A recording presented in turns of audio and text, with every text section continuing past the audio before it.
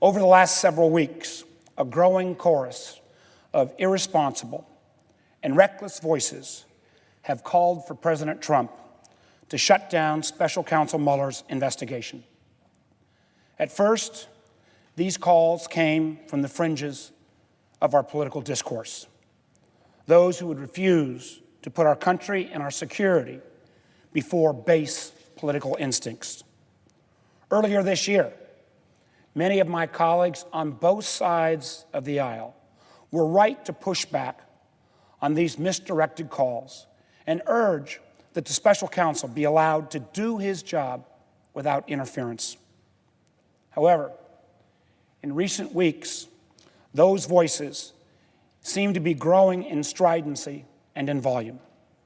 Just this weekend, one major news organization suggested that Special Counsel Mueller could be involved in a coup against the president.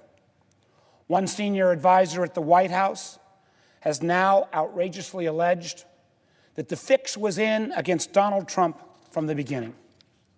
Those statements are reckless, they are inappropriate, and they are extremely worrying.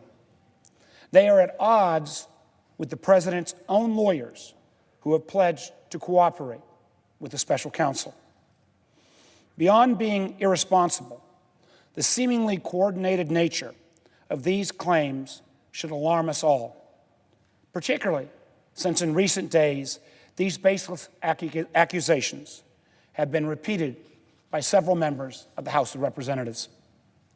I believe it is up to every member of this institution, Republican or Democrat, to make a clear and unambiguous statement that any attempt by this president to remove Special Counsel Mueller from his position or to pardon key witnesses in any effort to shield them from accountability or shut down the investigation would be a gross abuse of power and a flagrant violation of executive branch responsibilities and authorities.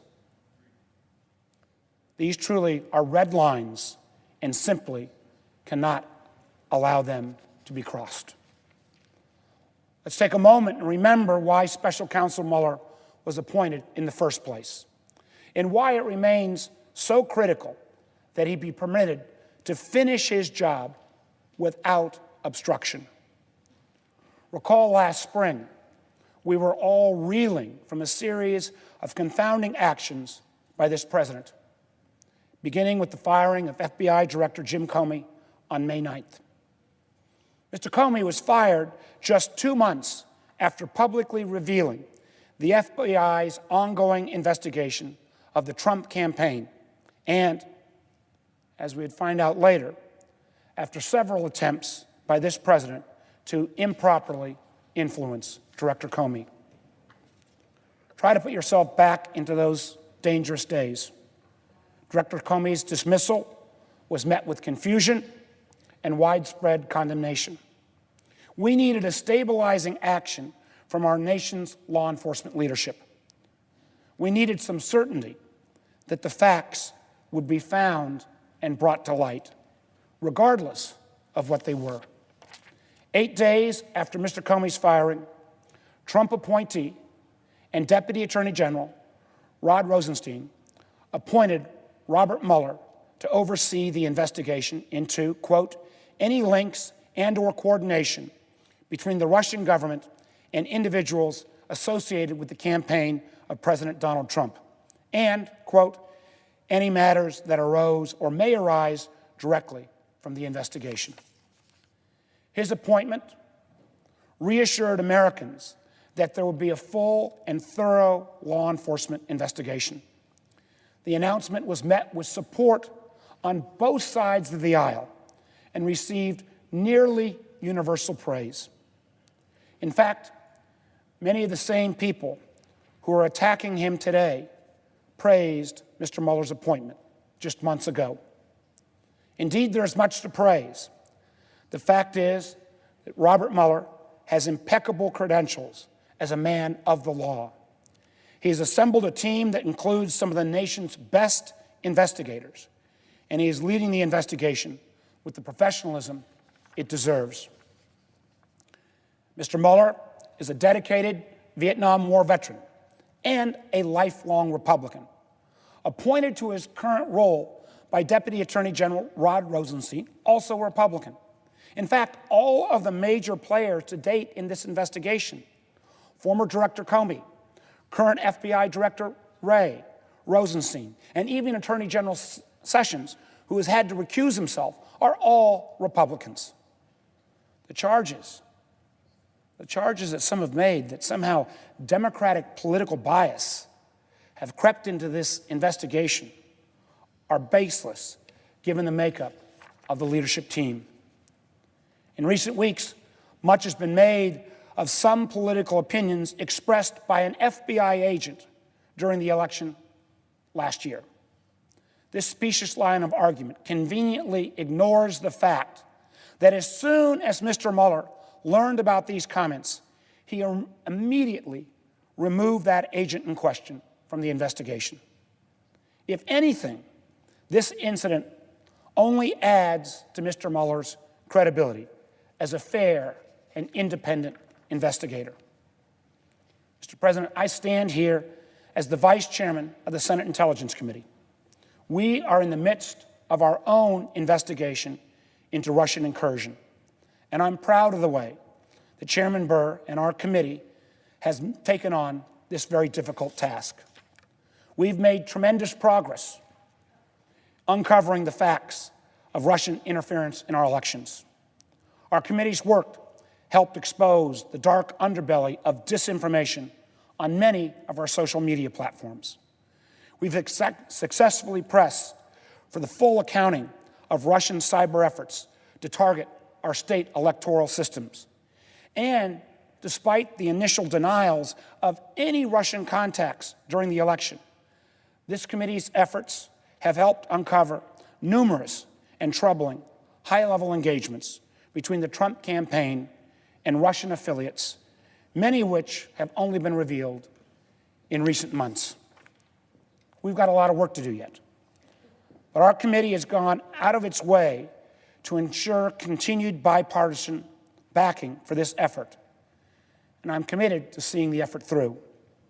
However, it should be very clear that our committee cannot and will not stand as a substitute for Mr. Mueller's investigation. As Chairman Burr and I have noted on numerous occasions, the FBI is responsible for determining any criminal activities related to this inquiry. As such, Mueller has already moved to indict 2 individuals and has negotiated 2 additional guilty pleas. This is an investigative path reserved solely for law enforcement, and it is essential that it be permitted to go on unimpeded. The country, no doubt, remains severely divided on the question of the last election. However, the national security threat facing us today should demand that we rise above partisan differences.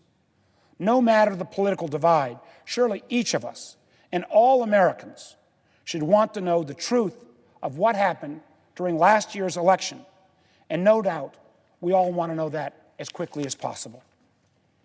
Now, the President has long called the investigation into the Russian meddling into the 2016 election a witch hunt, and he's done much to discredit the intelligence community's unanimous assessment of Russian interference in our election.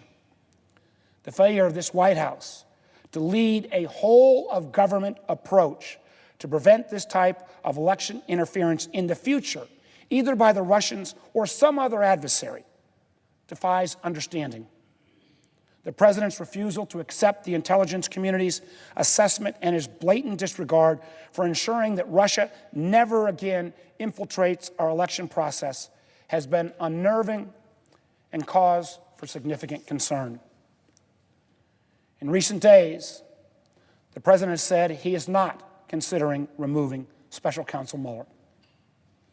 But the President's track record on this front is a source of concern. I'm certain that most of my colleagues believed that he wouldn't fire Jim Comey either.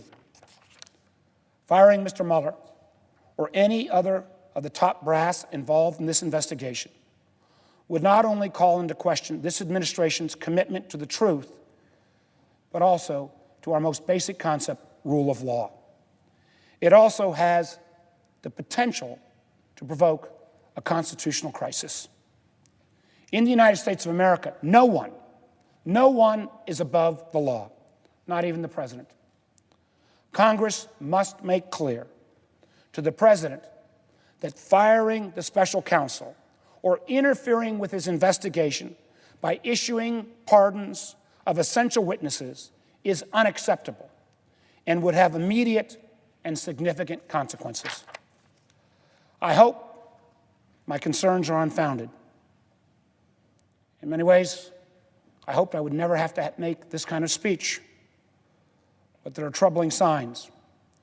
It is critical that all of us, as elected officials and as citizens, speak up against these threats now, before it's too late.